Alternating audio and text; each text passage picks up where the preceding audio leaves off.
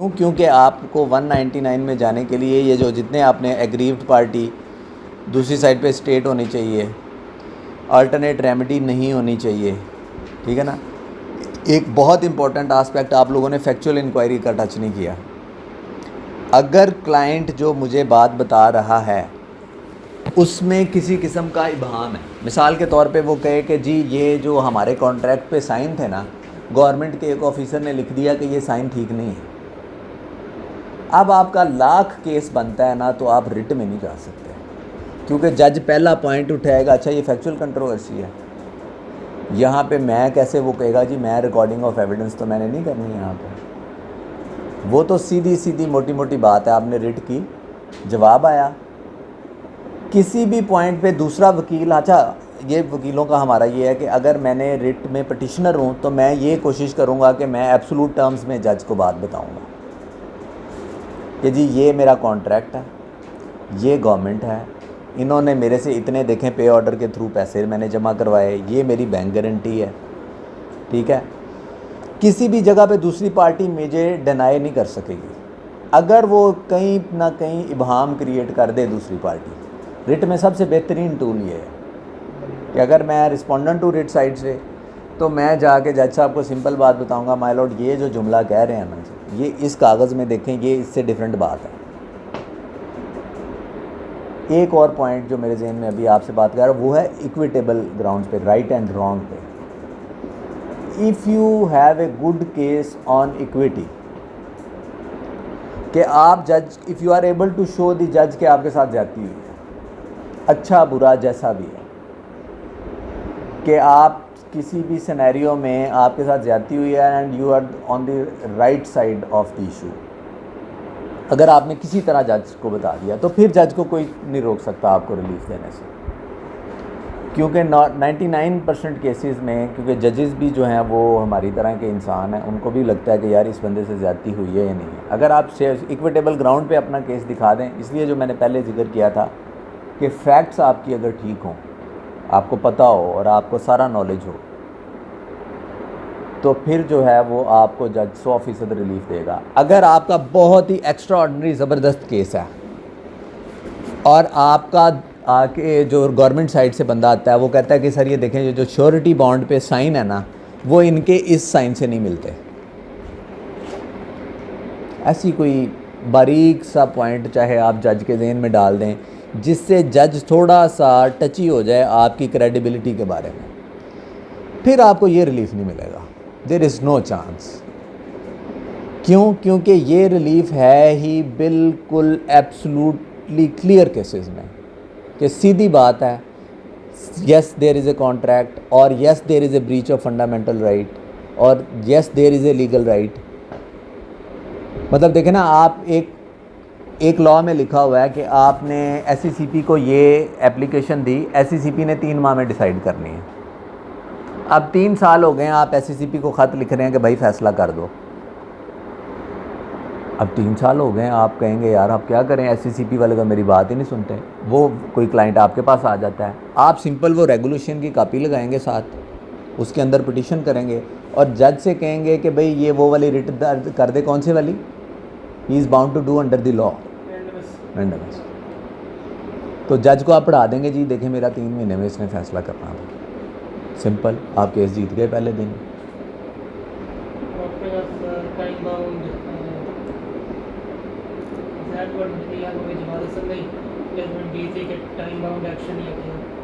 अच्छा, इसकी जो दूसरी जो आप लोगों को पता हो ना, देखें some time you know the difference between a directory and a mandatory provision, that is what. Directory में जो अथॉरिटी होती है उसको कुछ डिस्क्रिप्शन होती है कि वो जो है करे या ना करे। हाँ, how would you recognise it's a directory और ए मैंडेटरी प्रोविजन? एक तो जो लैंग्वेज है, आई मीन जनरली स्पीकिंग, जब मेक का वर्ड आ जाए वो डायरेक्टरी होता है, जहाँ शहर आ जाए वो मैंडेटरी होता है। एक और क्लियर कट, एक और है कि कॉन्सिक्वेंसेस, जहाँ पे Here you are. Consequences law में लिखे हो तो हाँ। मैंडेटरी या ना लिखो है। हाँ, तो ये देखो ना, अनफॉर्चुनेट भी है ये पार्ट कि कई लॉज में इंक्लूडिंग कंपनीज एक्ट में लिखा हुआ है कि जी 1 साल में पिटीशन डिसाइड करेगी हाई कोर्ट। अब हाई कोर्ट्स तो 6-6 साल नहीं डिसाइड करती। आप रिट लेके चले जाएं जज साहब के खिलाफ, यू नो, तो sometimes you have to be very intelligent while you know seeking a remedy कि मैं कहाँ जा रहा हूँ। अब ये है कि एक फेलो जज जो होगा हाई कोर्ट का, probably he will not entertain that. और एक कल्चर भी होता है ना कि इदारों पे तो ये है कि भाई 3 माह में डिसाइड करना है तो वो करेगा। नॉर्मली जजेस नहीं ऐसा करते, वो कहते हैं यार लेजिस्लेचर ने लिख दिया था तो वो लिख दिया, और साथ कॉन्सिक्वेंसेस इन वाली बात लिखा होता है जी, कंपनी पिटीशन 1 साल में डिसाइड होगी। ये इसमें कॉन्सिक्वेंस लिखा हुआ है ना जी, ये जो लेबर कोर्ट वाली अपील है कि 3 महीने का। हाँ, कि क्या होगा, सर वो लेट्स से कि आपने पहले ऑर्डर में स्टे कर दी है, हाँ। तो 3 महीने में जो है वो डिसाइड नहीं हुई अपील, हाँ। तो जो आपका स्टे ऑर्डर है वो वेकेट हो गया। हाँ, तो बहरहाल ये फिर आपको नेविगेट करना पड़ता है as you know as a prudent lawyer कि कहाँ आपने कौन सा लेके जाना है मुकदमा। तो यानी कि 3 आपके राइट्स हो गए। और yes, it's the best tool वकालत चलाने का। ये बेहतरीन जो है ना, वो क्या कहना चाहिए, हमारे पास एक वो है कि इसमें रिलीफ भी अर्जेंट है, और क्या कहना चाहिए, क्लाइंट भी इसमें बड़ा खुश होता है कि भाई हम गए हैं और हमने जो है वो जाके मुकदमा गए और मुकदमा हम जीत गए। और दूसरी बात जो मैंने आपको बताई दी है कि 50 से 70% जो हाई कोर्ट में केसेस पेंडिंग हैं वो रिटे हैं। अच्छा, इसकी दूसरी साइड भी है। इसकी दूसरी साइड ये है कि इट मीन्स कि अगर सरकार अपना काम ठीक करना शुरू कर दे तो वकीलों का काम काफ़ी कम हो जाएगा। सच्ची बात कर रहा हूँ आपको ये इस बारे में। मुझे, हम लोग कहीं कल मीटिंग करने गए तो उन्होंने, क्लाइंट ने मुझे कहा कि सर अगर ये जज जल्दी फ़ैसले करने शुरू कर दें ना तो वकीलों का काम बंद हो जाएगा। उसकी प्रोपोजिशन उलट थी। खैर, वो तो सिविल सूट और इनकी बात कर रहा था अपनी रेमेडी। मैंने कहा नहीं, आप वाले जो आप कह रहे हैं ना, इसमें हमारी वकालत और बढ़ जाएगी। क्यों? क्योंकि मैं एक फ़ीस लूँगा और 2 साल में मुकदमा ख़त्म हो जाएगा, मैं कोई नया मुकदमा कर लूँगा। अब तो 7-7 साल मुझे एक ही फ़ीस में चलाना पड़ता है। बट रिटों में यस, अगर हर इदारा ही ठीक से काम करेगा तो हमने क्या तय किया, पहला क्राइटेरिया ये है कि सरकार के ख़िलाफ़ रिट है। अब सरकार के ख़िलाफ़ रिट तो जब ही होगी ना जब सरकार काम गलत करेगी। तो सरकार काम अगर ठीक कर दे तो पाकिस्तान में कम से कम जो है ना वो बहुत काम जो है वो कम हो जाएगा। तो ये हम, मेरा ख़्याल है एक दफ़ा बारी बारी देख लेते हैं ये कौन कौन सी रिटें हैं, फिर जो है वो हम आपको एक्चुअल जो है वो उसमें प्रोपोजिशन पे ले जाते हैं। पहली है जी मैंडेमस। मैंडेमस क्लियर है जी आप लोगों को? क्या नहीं कर रहा इदारा? हाँ, तो जज को क्या पढ़ के मुझे सुनाना पड़ेगा? लॉ। जब मैं कह रहा हूँ कि ये वाला इदारा ये नहीं काम कर रहा तो मेरी ख्वाहिश पे तो नहीं होगा ना। जज कहेगा जी अच्छा जी रेलिवेंट प्रोविजन पढ़ें। So you have to find a law which tells that this gentleman is bound to do something which is he is required to do by the law। अच्छा, दूसरी है सर्शोरारी। ये बड़ी इंटरेस्टिंग है।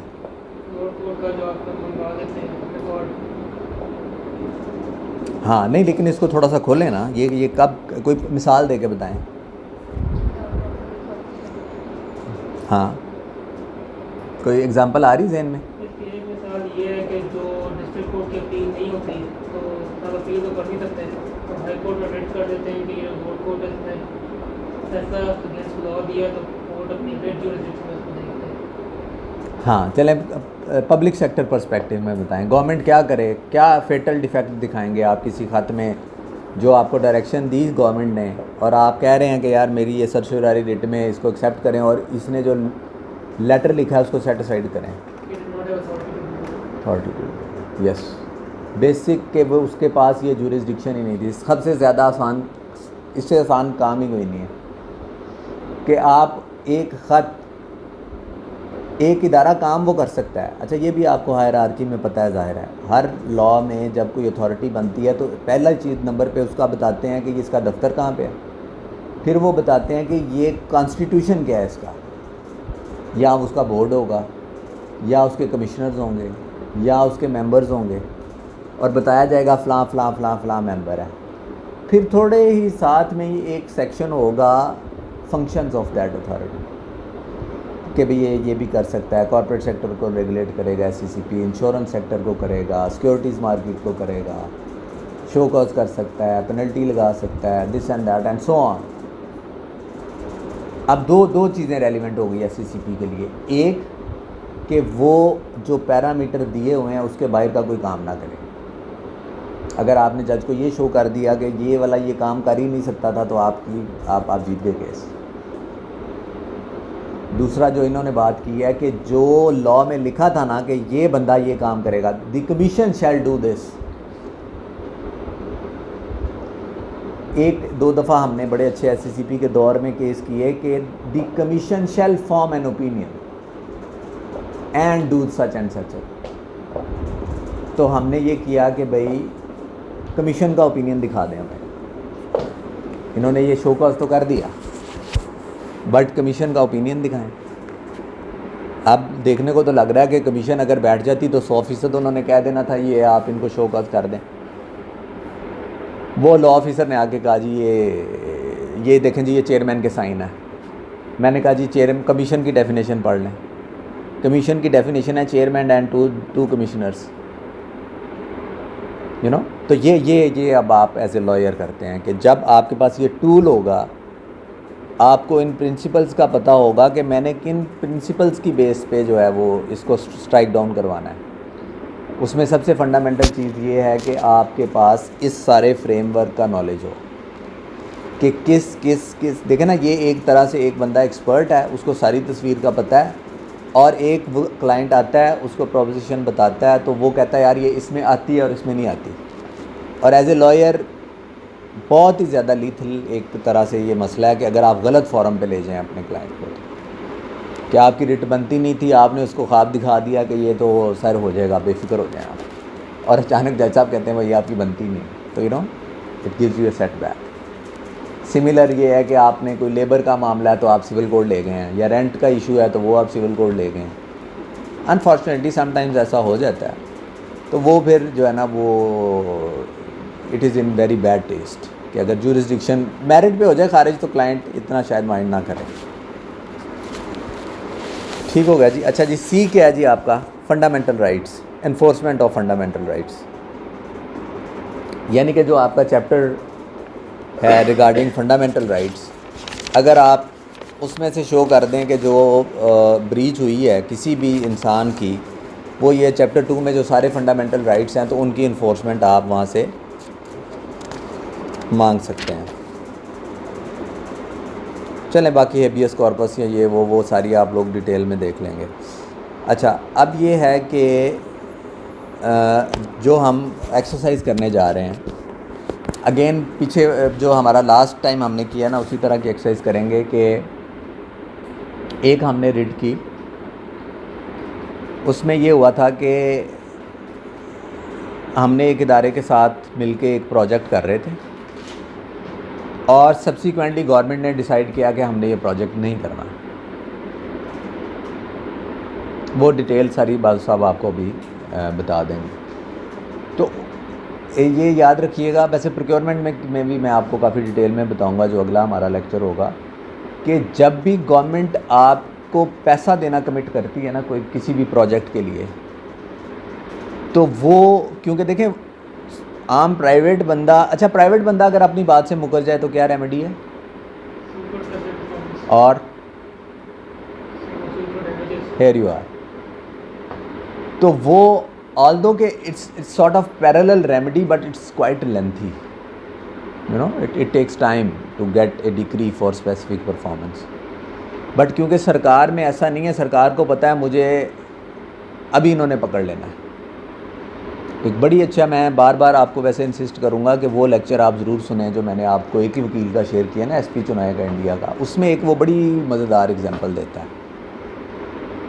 उसमें बड़ी ज़बरदस्त एग्ज़ाम्पल ये है कि अगर स्टैच्यूट कोई किसी तरह से प्रोटेक्शन भी देता है ना स्टेट को कि कुछ राइट्स आप ना दें किसी को, वो मेरा टेनेंसी रिलेटेड ही कोई बात थी, इवन देन नेचुरल जस्टिस के सारे प्रिंसिपल्स के अंडर वो स्टेट उसकी क्लेम नहीं कर सकती। You know, they have to treat you fairly. अगर लॉ कह भी रहा है ना कि आप ये वाले राइट्स इनको नहीं देंगे, तो वो जजमेंट बड़ी ज़बरदस्त है। वो मतलब अगर ख़ास तौर पे किसी ऐसी प्रोपोजिशन में कि जहाँ स्टेट आपका बात ना मान रही हो और किसी लॉ का सहारा ले रही हो, तो supreme court, Indian supreme court ने कहा कि नहीं, चाहे लॉ की प्रोटेक्शन है, but they can not act arbitrarily, they are the government, वो टैक्स के पैसे से चलते हैं। यहाँ पर भी आर्टिकल 4, 10 और 25 के तहत आप जा सकते हैं। हाँ, तो ये है ना कि अनलेस यू क्रैक इट। इसी तरह उसी में एक और एग्जांपल डिस्क्रिमिनेशन की भी बड़ी इंटरेस्टिंग है, वो बड़ा कमाल लेक्चर है वो। मैंने बड़ी मतलब लोगों के लेक्चर्स ये सुने हैं, इतना कॉम्प्रिहेंसिव और इतना क्या कहना चाहिए आपको, डे 1 से वो बंदा बताना शुरू करता है कि मैं कैसे छोटे से एक ज़बरदस्त वकील, बड़ा वकील बना, और उसमें फिर वो अपनी वकालत की बहुत अच्छी ज़बरदस्त प्रैक्टिकल एग्जांपल्स बताता है। तो आपको जब भी टाइम मिला करे उसको ज़रूर सुना करें। तो कमिटमेंट गवर्नमेंट जब लेती है कि भाई आपको हम 2 अरब रुपए का काम देंगे, तो फिर वो जवाब में आपसे परफॉर्मेंस गारंटी लेती है कि ऐसा नहीं है कि अब आप सारे पैसे हमसे 2 अरब रुपया ले लेंगे और आपका अचानक दिल करेगा। तो सो रेसिप्रोकल कमिटमेंट्स करवाती है गवर्नमेंट। आपको कहती है कि भाई ऐसा करें, आप 2 अरब की जगह 10% हमें परफॉर्मेंस गारंटी दे दें। तो 20 करोड़ रुपया आपका भी कमिट करवा लिया कि अगर आप नहीं करेंगे या नहीं कर पाएंगे तो गवर्नमेंट इन कैश कर लेगी। अब इस सिनेरियो में जो हम बात कर रहे हैं उसमें ये हुआ कि हम we are ready to do our project, but अचानक गवर्नमेंट को लगा कि यार अब ये these projects are no more feasible. एक तरफ वो हमारे साथ प्रोजेक्ट नहीं कर रहे और दूसरी तरफ जब हमारी गारंटी एक्सपायर हो गई। अब गारंटी एक्सपायर होने का लॉ ये है गवर्नमेंट में कि उसी गारंटी में लिखा होता है या कॉन्ट्रैक्ट में कि जिस दिन ये एक्सपायर होगी ना, परफॉर्मेंस गारंटी का किसको नहीं पता, what is a performance guarantee? Yes और नो? मैं बता देता हूँ अभी, बताएं जी। हाँ जी, नॉट इंडेमनिटी बट गारंटी। क्या इंस्ट्रूमेंट होता है वो परफॉर्मेंस गारंटी का? Who issues that? नो, चलें बता देता हूँ। वो होता ये है कि जब उन्होंने कहा ना अगर सरकार ने कि 20 करोड़ की बैंक गारंटी लेके आओ, तो वो बंदा बैंक जाएगा अपने, वहाँ पे एक्चुअली 20 करोड़ रुपए जमा करवाएगा और एक इंस्ट्रूमेंट स्टैम्प पेपर पे वो इशू करेगा बैंक अपनी अथॉरिटी और सिग्नेचर के अंडर कि yes I have received these 20 crore rupees and I will encash this on an unconditional demand. कि सरकार all the government needs is just send a one liner to the bank कि भाई आप encash कर दें। वो पूछेगा नहीं फिर कि भाई आप क्यों इनकैश करवा रहे हैं, ये बड़ा क्लियर लॉ है इस पर। वरना तो आए दिन जैसे ही इस गवर्नमेंट को आप डिफ़ॉल्ट करें, आप बैंक को एक ईमेल कर दें भाई बैंक परफॉर्मेंस गारंटी इनकैश के लिए सरकार से लेटर आएगा, ना देना पैसे। तो इसको कवर करने के लिए this is regulated very strictly by the state bank और बैंकिंग लॉज। तो देयर इज़ नो क्वेश्चन कि बैंक उसको रिफ्यूज़ करे।